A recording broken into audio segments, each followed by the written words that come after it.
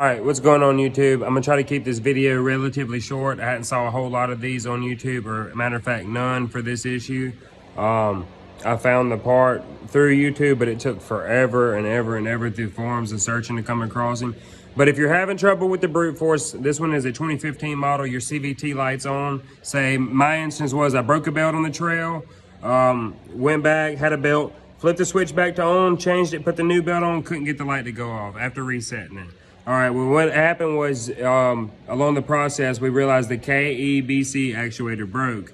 So instead of spending $300 or something, you can reach out to the guy. I'm gonna put his link in the description from Scroy. I think it's how you say it, Innovations. His name is Joe, up from around New York. Cool guy, he called me personally, I left him a note in the message.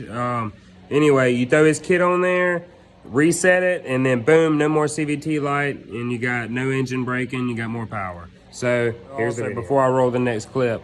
In the video at first, I told you to plug in that first sensor that has 2 plugs. That's false. As I can see in the video, it's the sensor to the left. Make sure that's clean, dilute it, grease it. Don't put too much like was already in it, but put enough. And then you're good to go. Plug that dude in, install it like it's shown, and clear your codes. You'll be good to go. Also, you may be wondering, is this the same brute force? It is. I'll have another video I'll post. So if you like this, like, subscribe, check out the post where I painted it and all that good stuff. Peace, guys. Hope this helps. So here we got our bypass kit for the belt switch, which is this bad boy. And the other thing we're bypassing is this KEBC actuator, which controls your engine brake, which I think mine's broke because it makes a funky noise. So he sends this cover to delete it. Looks like machined aluminum with a nice O-ring on it with instructions. And then we have his custom harness, which, if I'm not mistaken, he sent instructions. If I'm not mistaken, it plugs in. You unplug this one and it plugs between them. So far, I'm impressed with this packaging. Very professional. Sticker, link to a Facebook group, netatv.com. Here's his email. Go ahead and shout him out. Let's see if this works. And I'll be super stoked. So here we go, guys. Let's get this thing installed. Right. So as far as the installation goes, if you have snorkels, you're gonna wanna pull your front plastics off, because that piece is directly under, about right here. It is a square rectangle. It's black with a connector about that long in it. One connector. If you get under the bike and look, see, my snorkels are in the way. That's why I say that if you don't have snorkels, you should be able to get to it. It's right here in this box. It's the connector that's right here, little box. So you unplug it, and you take Knight's main harness and you plug it in between it. Make sure it's dielectric greased and everything, that way it can go together smoothly. Make sure you hear it click. Route that where nothing to pinch it or it won't get hot. And then you're good as far as that goes. Then you want to jump over here to your cover.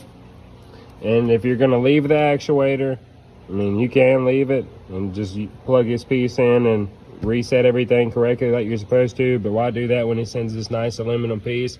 And if you're not going to use that, you don't really want that piece of metal rubbing against your clutch and doing what it does. So take your cover off, delete it. What I did was flip my switch back to on, and we water ride around here. I'm from down south. There's a lot of water. We go mud riding. That's why we have snorkels. There's no need to lie about it like some people like to. So I put good silicone back around the outside, put her back on, torqued all the bolts to spec, make sure your boots are tight, make sure your switch is flipped to on, and then you go about it by your factory reset. So you pull your seat off, and under your seat you're gonna have a pigtail that comes from the harness or from the factory on a 2015, and you would plug this piece into here and this piece into here, you know, your corresponding connectors. Cut your key on for 10 seconds.